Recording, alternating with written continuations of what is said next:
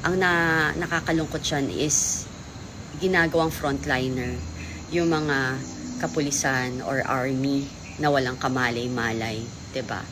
And naaawa ako sa inyo sa Philippine National Police tsaka sa Armed Forces of the Philippines na nangyayari to na parang ultimo yung leader ninyo, hindi rin kayo pinoprotektuhan. Parang okay lang masira yung pangalan ng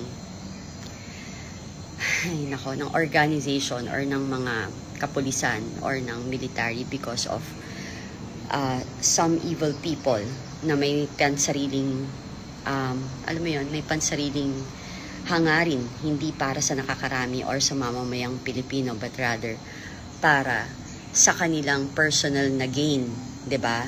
Alam na alam ko, konting kembot na lang, magkakagulatan na.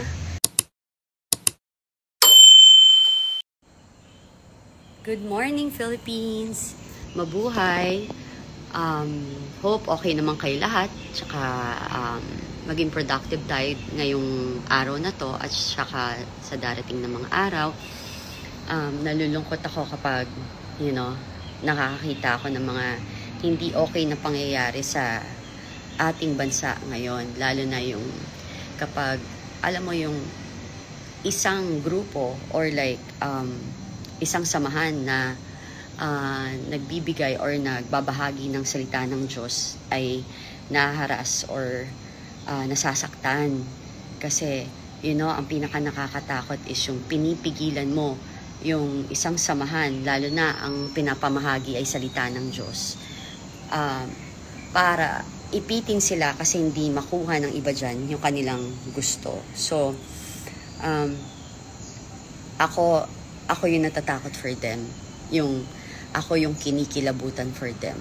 'Di ba? Parang hindi nyo kailangan saktan, nakakarami, hindi nyo kailangang iharas. 'Di ba? Parang ang nakakalungkot siyan is ginagawang frontliner yung mga kapulisan or army na walang kamalay-malay.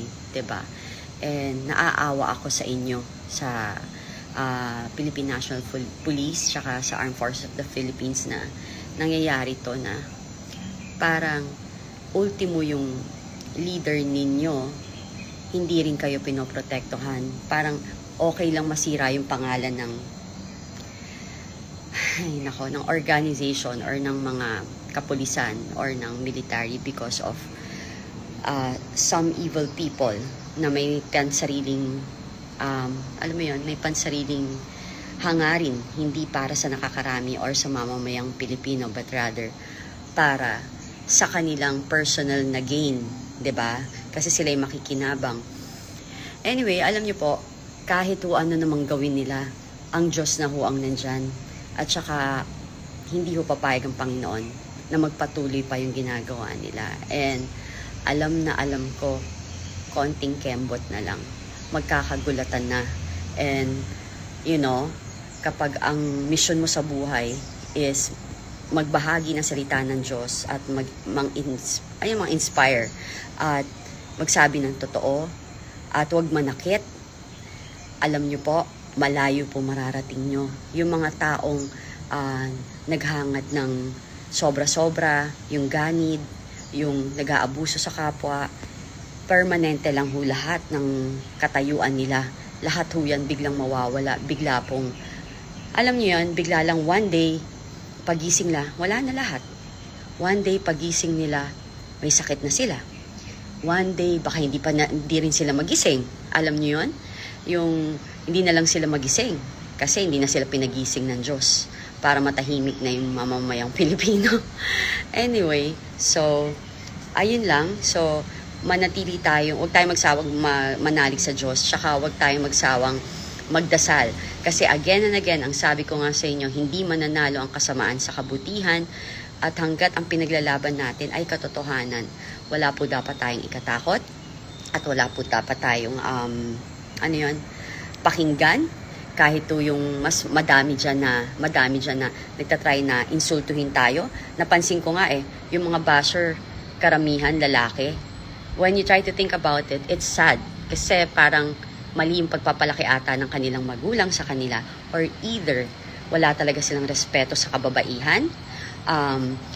Ayan ang tinatawag na walang bayag kasi ang kaya lang babae, 'di ba? Pero ako, alam nyo, again and again, di ko pinapatulan, delete lang. Dinidelete ko lang yung comment nila. Kasi anong point? Bakit ka mag-e-engage sa bastos na usapan? Bakit ka alam niyo yun, ba't yung papatulan? Eh, yun nga yung gusto nila eh. Yung mapansin mo sila, 'di ba? So, especially yung mga walang kaalam-alam sa katotohanan. So, alam mo yung sumasakay lang, yung parang hindi sila naging parte ng buhay mo, hindi nila alam kung hindi ka nila kilala. So, ano mo yun? Tsaka pag tinignan nyo, sorry Lord ha, pag tinignan mo mga itsura ng mga grabe mamintas dyan, diba? Parang, minsan, alam mo yung kasabihan talaga na, wow, nahiya naman ako, diba? Parang, grabe naman kayo maka-insulto, diba? Pero, sandali lang, may salamin po ba kayo sa bahay ninyo? Ayun. Anyway, you know, everyone, God bless talaga. And again, ang mamamayang Pilipino ang may pinakamalakas na boses. Hindi po yung ating mga politician, but rather ang mga botante ng ating bayan. God bless and I love you guys.